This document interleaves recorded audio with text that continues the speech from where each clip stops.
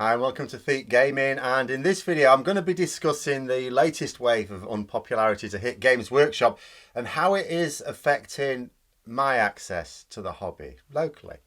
And also, yes, this is because another battle report has had to be postponed. Illness this time. Star, my regular gaming partner, is still... well, it's his own fault really. See, in the past month or so he's used my Maggotkin of Nurgle and my Clan's Pestilence for Age of Sigmar and Death Guard for 40k. All that homage to Grandfather Nurgle was bound to take its toll. So now he has the plague. So now I'm going to talk about how the latest PR disasters from Games Workshop are affecting the hobby near me.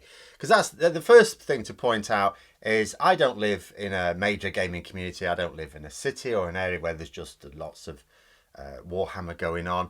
I have in the past had ready access to plenty of opponents for my games of what were at the time Warhammer Fantasy Battle, as well as a much earlier edition of 40k. The 40k was just something I dabbled in really. I played mostly Fantasy Battle and I went to tournaments and so on. In addition, I could also easily get games of Mordheim, Blood Bowl, Warhammer Quest. You know, I had the facilities to host players at my home, which is always a big plus, and there was no shortage of people who would like to play. And this isn't the case now where I'm living. The games I produce summary reports of most weeks are the only 2,000 point games of either Age of Sigmar or 40k that I can actually get. You know, I have the capacity to host the games. What I don't have are other people that I know that play them. At the local gaming club, there's just not the time in a session to play a full 2,000 point game. Tried it a few times. It's not happening. Rushing the games in a tournament setting is one thing. You know, people come prepared for that. They've got a list that they've gone through in detail. They have to keep checking things. But, you know, people want to play more sociably at the club and they'll come up with a list just for that game and so on. And I talked recently about how I think games of 40k take too long these days. Same is true as Age of Sigmar for slightly different reasons. But again, this isn't a criticism detached from the realities of the game. Neither 40k nor Fantasy Battle used to take as long to play as their modern counterparts for the same sized armies. Even for the smaller games available, which I don't enjoy nearly as much, it's limited. So games of 40k for 1500 or 1000 points, reasonably easy to come across. But again, you almost never see people asking for, say, a game of Age of Sigmar where I'm based. So that's limited. And it was always the case while I've been in the hobby that 40k was more popular than Fantasy. But this is an area with a limited number of people even interested in 40k. Almost nobody interested in playing it competitively. So very often when you're playing against someone, you know, they don't know the list very well. They don't know their army very well. And hardly anyone at all to play Age of Sigmar casually. So then you add on to that moves by the company, Games Workshop, which really upset tentative customers. And they've created a right storm here. Again, I can only speak locally. Maybe different where you are. And I don't know what it's like everywhere. I'm not trying to build this up as a pattern across the world or even this country. This is purely what's happening here. See, where I live, in what was already a bit of a Warhammer black spot, some of these hobbyists have just given up on Games Workshop now. They're absolutely furious with them. That means Games Workshop have lost their custom. That's the first thing. Now, there are any number of situations where a company can lose some customers and get away with it because in theory, the remaining customers will spend more, or you lose some customers and gain more for something else. You know, so, you know, with a company, particularly a company that has a fan following, it's very easy to sort of, for some people to be... for the company to make a decision that you don't really like and you think, oh, this is losing me as a customer, well done, you've made a mistake. But in reality, if they're still making more money, it wasn't a mistake from a business point of view. And another thing that prompted some of these thoughts, there was a video on YouTube about what led Games Workshop to the point that they have now reached. I'll link it below, it's interesting, if nothing else. But the author at various points, what got me thinking was, compared what Games Workshop were doing with what Disney and Nintendo were doing. And they were highlighting the difference between these companies in one particular way.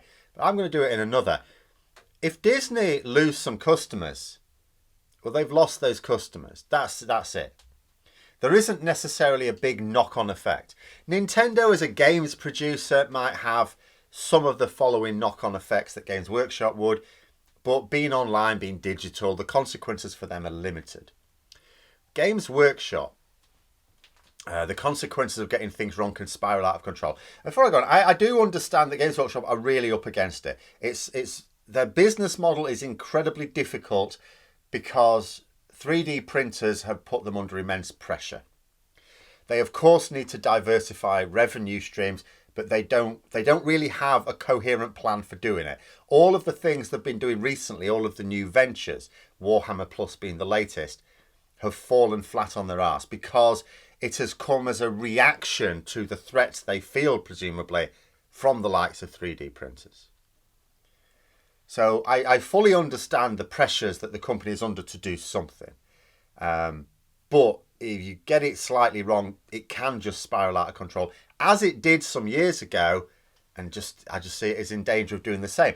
Don't get me wrong, when it comes to action to protect your IP, which is largely what they're basing it on, I absolutely understand there will be business-driven reasons for doing certain things, and we may not like it. But where I think Games Workshop are going badly wrong is they are hammering people who are not threatening their revenue streams. You know, every time to try and go after someone else who, you know, if you go after someone who might be using your content for their own purposes, you risk alienating your own fans. Even when you've got a good reason, you risk alienating your own fans and customers. Now, sometimes they'll have to do that. They will have to do that. But they need to think very carefully about each case on its own merits. What they seem to have at the moment is an inflexible strategy that doesn't consider each case on its merits. So take my example. After I wound down my online RPG gaming activities, that's what this channel originally was, I rarely play them now. Because in terms of the time I have to play games now, it's like limited. What was it? It was all like when I used to play Warhammer a lot. The thing that made that fall by the wayside was playing World of Warcraft. And it's like, I can't dedicate enough time into too many. Some people can like flit about and dip into little things. I struggle. I want to play something and spend my time immersing myself in it. So the online RPG subsided, largely as a result, in my case, of not playing World of Warcraft competitively. I didn't really enjoy doing it casually. I got back into Warhammer after a very long period of time away from the hobby. And I like Age of Sigmar, and I like 40k now. I think I prefer 40k now to as I did. I've still got complaints, but I prefer it on balance. And yes, there are things about each one that drives me crazy, but I enjoy playing them. And more than that, I enjoy playing them more than similar games that I've seen from other companies. Because there's more choice of other games now than there were when I originally played Warhammer. If you wanted tabletop gaming like this, it was historical recreation things, or it was this. There might have been the other ones, but they just weren't well known. You know, at the gaming club, near me, there are people who play other games. You know, and I've watched some people play these, and I just think, no, that doesn't appeal.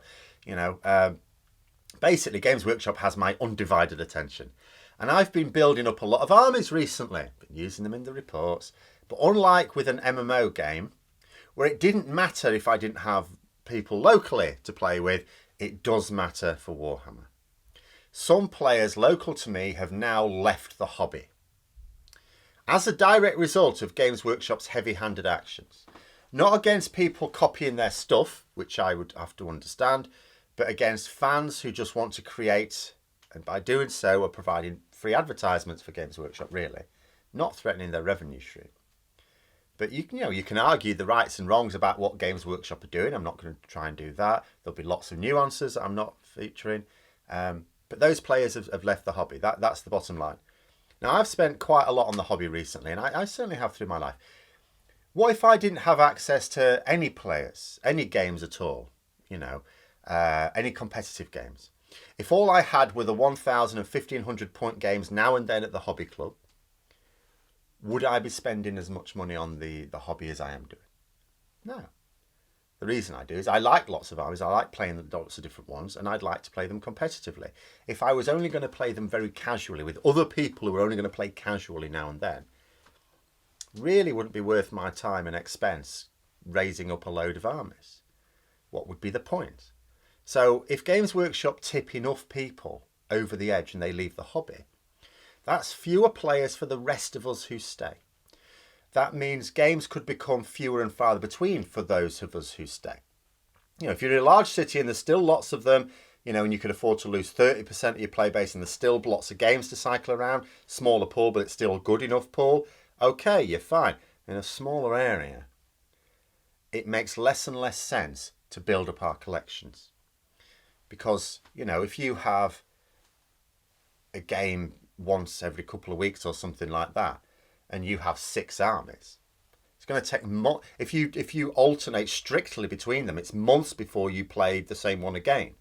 Same army, might be a different list, but the same army. And if we have hobby time, of course we want it to be filled. So again, if we can only get a game every couple of weeks, something like that, if we can't fill it with games of Warhammer, what are we going to do? We're not going to twiddle our thumbs while we wait. We'll be encouraged to find another hobby. If that hobby can fill that time, then some will drop Warhammer altogether.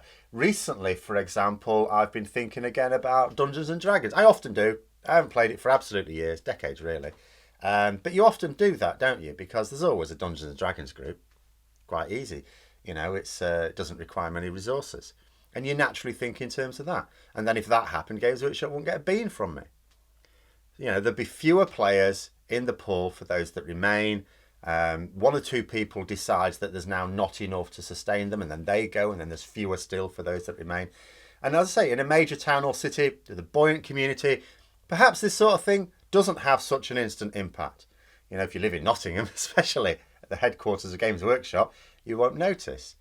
But the sort of area like here, with what was already a small community of gamers, quickly fold. Games Workshop, for a company that relies on community, local community, has a very bad attitude towards fostering that community. It used to have a website forum back in the day. Long time ago, used to have a forum. Many years ago, then they axed it. Didn't even last that long. It was like a year or 2, was it? And just went. It doesn't do a very good job of promoting its own events. It does nothing at all to promote independent gaming clubs and events. There's a part of the website called the Warhammer Community. What's on it? It's articles.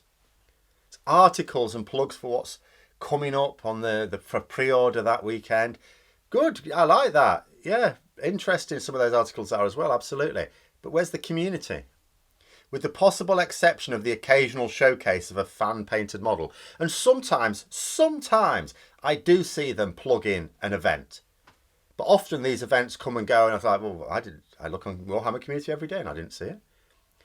There's the odd mini interview for the MetaWatch series, which are mildly interesting, but there's no depth there either. Nothing to get your teeth into at all. So even that is like half-assed.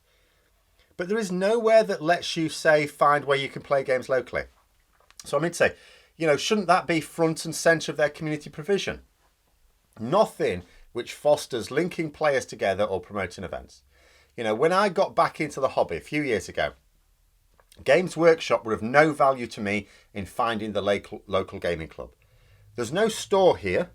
There's no store near me. So that wasn't an option. Left to Games Workshop, I wouldn't have returned to the hobby at all. I'd have gone, oh, there's no store. I can't find anything. And this is the thing that I used to enjoy going to tournaments and would like to, again, plague permitting. But there just isn't the pool of players to hone my skills here. So I don't get good. Only one person to play against that would ever do that. And that's one person who has a particular style. So I can go to these tournaments, and probably will, I would like to, but I'll just be whipping boy every time, really, won't I? There'll be others like me, of course. But the time could actually come where the only games I get could actually be in tournaments for 2,000 point games. They may be the only ones I can get at some point in the future. I'd be going to events without any preparation. Someone has to lose, of course. But you like to think you're going to go there with a fighting chance of winning the odd game at least. And preferably doing well overall. Not everyone can, of course. Someone's got to finish first, someone's got to finish last. But everyone can expect to try. But it's not an online game where I can just get people to play with across multiple countries even.